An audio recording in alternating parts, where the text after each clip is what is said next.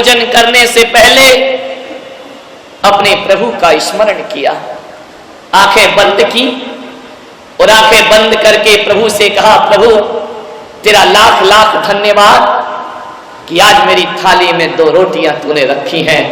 जरूर मैंने पिछले जन्म में किसी भूखे की भूख मिटाई होगी, तभी तूने मेरी थाली में रोटियां प्रदान कर दी हैं। ये सोच रहे थे, भगवान को धन्यवाद दे रहे थे, हे प्रभु तेरी कृपा है मुझ पर बहुत। भोजन से पहले शांति मंत्र पढ़ रहे थे और भगवान से प्रार्थना करते हैं कि हे ईश्वर, इस दुनिया में यदि कोई भूखा हो तो मेरे पास भेज दे, मैं अपनी रोटी देकर पहले उसकी भूख मिटाऊंगा, उसके बाद अपने भोग। ये होता है जीवन को सार्थक करना।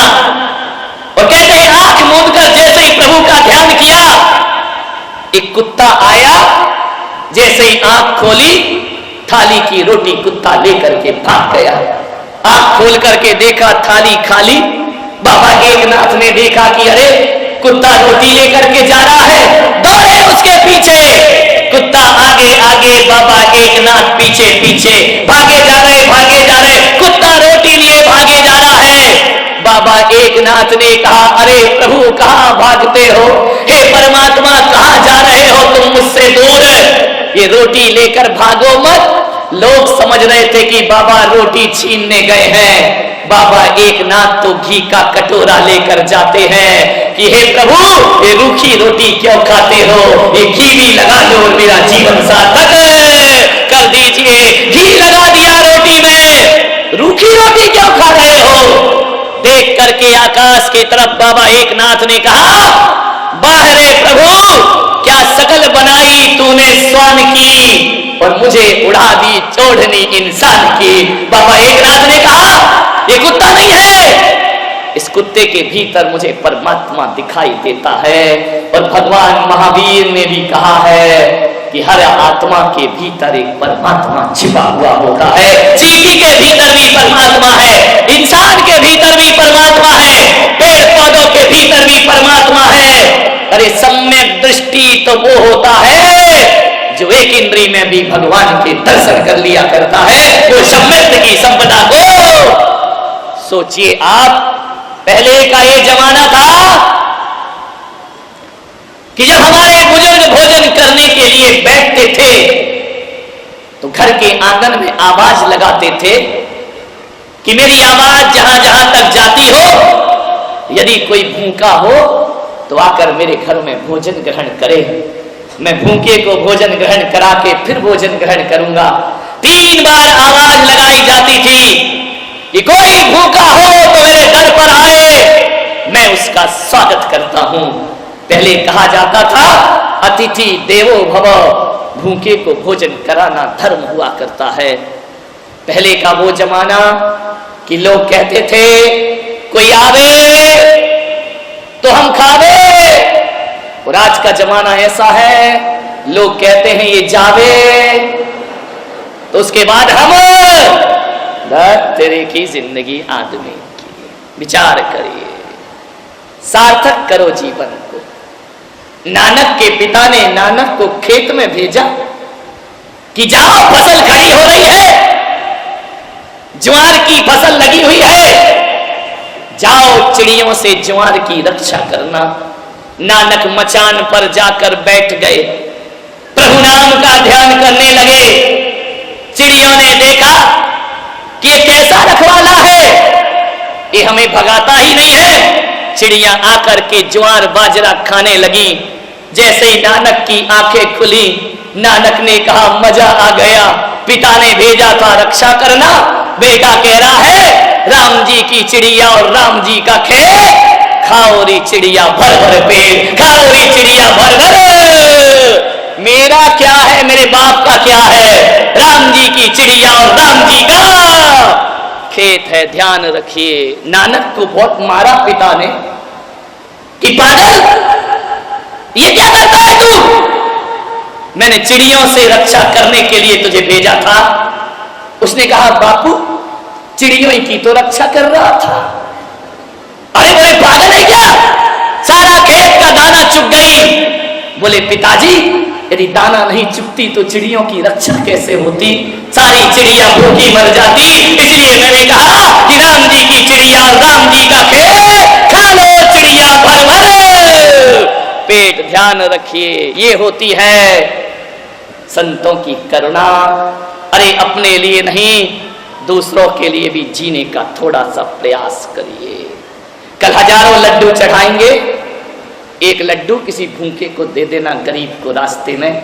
मैं कहता हूं हजारों लड्डू से भी ज्यादा पुण्य लगेगा बाबा के चरणों में चढ़ाया हुआ लड्डू यदि किसी गरीब के दामन में चला जाता है तो ध्यान रखना वो लड्डू लड्डू नहीं रहता है, गोपाचल वाले बाबा का प्रसाद बन जाया करता है, जीवन का आनंद बन जाया करता है। सेवा करें, लाखों रुपए दान करते हो, कोई बात नहीं है। इस पंडाल में बैठे हुए लोग सोच रहे होंगे कि काश हमारे पास पैसा होता तो हम भी दान करते, हम भी बोलियां लेते। आज हमारे पास पैसा नहीं है, हम कैसे इस सौभाग्य को प्राप्त करें? नहीं मेरे भाई, ये दिमाग से निकाल दीजिए कि पैसे से ही धर्म हुआ करता है। ये बात अगर दिमाग से निकाल दो, पैसा ही अकेला सब कुछ नहीं होता है। मैं तो ये कहता हूं कि माला फेरने वाले हाथों से ज्यादा वो हाथ पवित्र होते हैं जो दीन दुखियों की सेवा किया करते हैं। उनसे पवित्र हाथ दुनिया में कोई दूसरे नहीं हुआ करते हैं। अरे किसी को जीवन दान देते हैं, वो हाथ बहुत पवित्र है।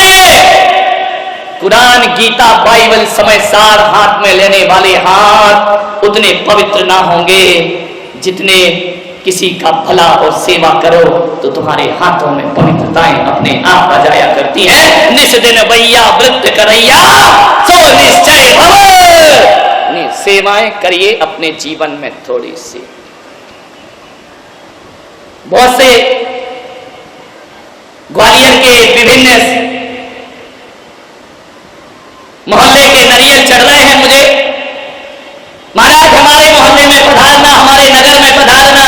क्यों पधारना भाई? हमें आहार दान का सौभाग्य प्रदान करना। हम अपने घर में आपके चरण पड़वाना चाहते हैं। हर नारी का इस स्वप्न रहता है कि अपने गुरु को अपने हाथ से जीवन कराए, अपने हाथ से एक गिलास आहार देकर। अरे कामी भोगियों को जिंदगी भर खिलाते हो, सौभाग्यशाली होते हैं जो संयमियों को अपने हाथ से एक गिलास आहार प्रदान किया करते हैं। कहा जाता है कि हजारों लोगों को भोजन कराने से वो आनंद नहीं मिला करता है, और किसी मुनि को एक गिलास आहार दे दिया जाए तो जीवन में आनंद की अनुभूति हो जाया करती है। बहुत सी महिलाएं सब चाहती हैं। कल तो एक सिंधी परिवार मेरे पास आया, महाराज क्या हमारे घर जीवन के लिए आप पधार सकते हैं? सौभाग्य देखो उनका। मैंने कहा आ सकता हूं। बोले हम जैन नहीं है। मैंने कहा तो भी मैं आ सकता हूं। मुसलमान? मैंने कहा वहां भी जा सकता हूं। कोई भी मुझे आहार दे सकता है, कोई पाबंदी नहीं है मेरे पास। जैनियों की आत्मा धक धक हो रही है। महाराज ये क्या कह रहे हो तुम? है कहां जाके आहार लोगे? मैं ले सकता हूं। कोई भी ग्वालियर का घर ऐसा नहीं हो जहां मेरा भोजन ना हो। हर घर में मैं अपना भोजन कर सकता हूं। इस पंडाल में जितने लोग बैठे हैं, बोलो क्या तुम मुझे भोजन कराना चाहते हो? हाथ उठाकर देखा सब। बाप रे, इतना बड़ा तो मेरा पेट नहीं है भाई। लेकिन एक बात ध्यान रखना, मैं हर किसी के घर में आऊंगा, कोई घर बाकी नहीं रहेगा। हर किसी के घर में भोजन करने आऊंगा। आप यदि अपने घर में 20 रोटी बनाते हैं तो मैं आपसे निवेदन कर रहा हूं कि 4 रोटी मेरे लिए भी बना लिया करो। 20 में से 4 मेरे लिए निकाल देना, क्योंकि मैं अपना बना हुआ भोजन नहीं लेता हूं अपने निमित्त का। यदि 20 रोटी बनती है घर में, 4 रोटी मेरे लिए बनाना।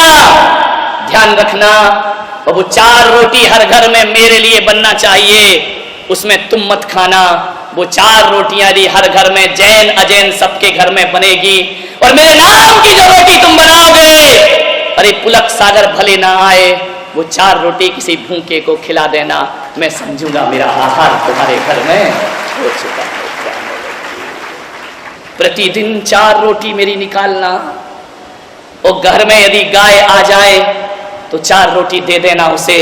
घर में कोई भूखा आ जाए, भिखारी आ जाए, क्या परीक्षा करते हो 2 रोटी के लिए?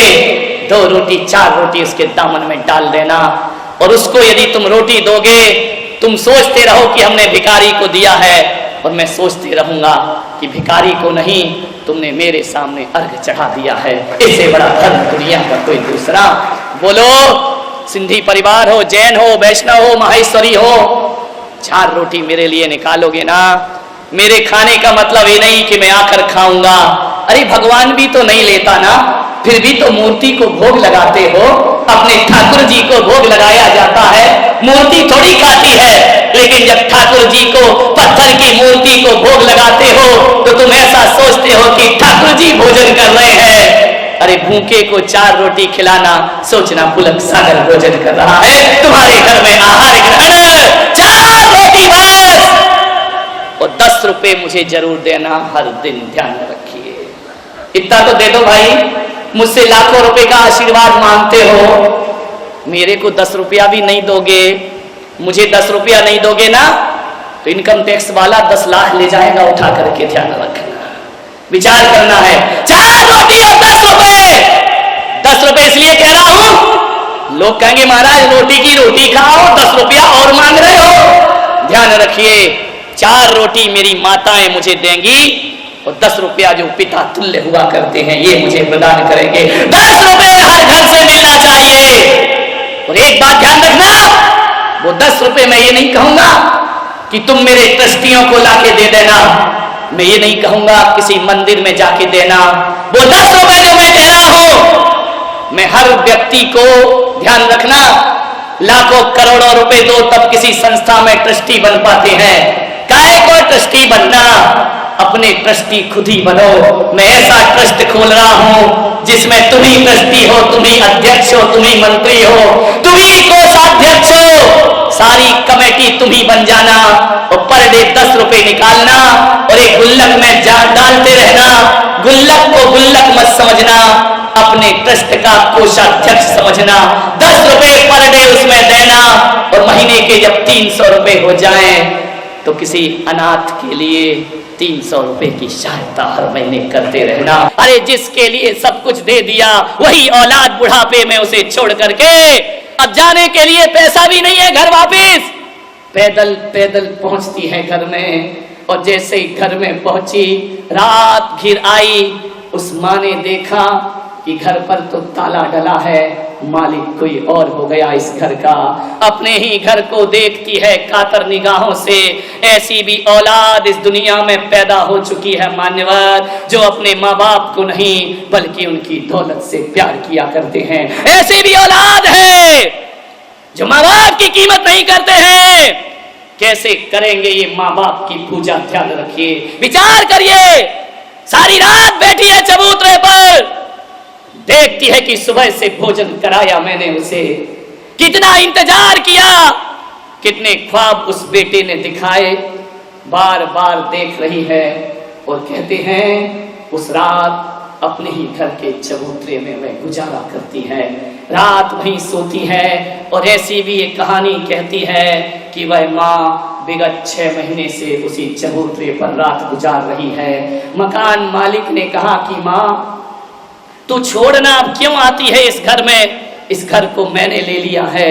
वह माँ कहती है अरे तेरी व्यवस्था हम कहीं और करा देते हैं। उसने कहा नहीं, मैं मरूंगी जीऊंगी इसी चबूतरे पर, क्योंकि मुझे विश्वास है कि एक दिन मेरा बेटा लौट कर जरूर वापिस आएगा। इसी आस में मैं यहाँ पर जीती रहूंगी। बस मुझे कुछ नहीं चाहिए, इसी चबूतरे पर सोने दो, इसी चबूतरे पर रहने दो। कहते हैं उस मकान मालिक ने उस माँ की बाहों को थामा और कहा कि माँ तू चबूतरे में नहीं रहेगी, इतने सारे कमरे यहाँ हैं, एक कमरा में तेरे नाम करता हूँ। विचार करिए, कभी कभी अपनों में वो नहीं मिलता जो परायों में प्राप्त हुआ करता है। अपनी ही औलाद वो सुख नहीं दे पाती। जैसे ही उस मकान मालिक ने उसे पकड़ा, उसकी बाहों को अपने हाथों में लिया, उसे ऐसा लगा इतनी जोर से उस बूढ़ी मां ने उसके हाथ पकड़े कि जिसे चलना सिखाया वो छोड़ के चला गया। ऐसा पहली बार लगा कि परायों के भीतर भी कोई ना कोई दिल तो हुआ करता है धड़कता हुआ।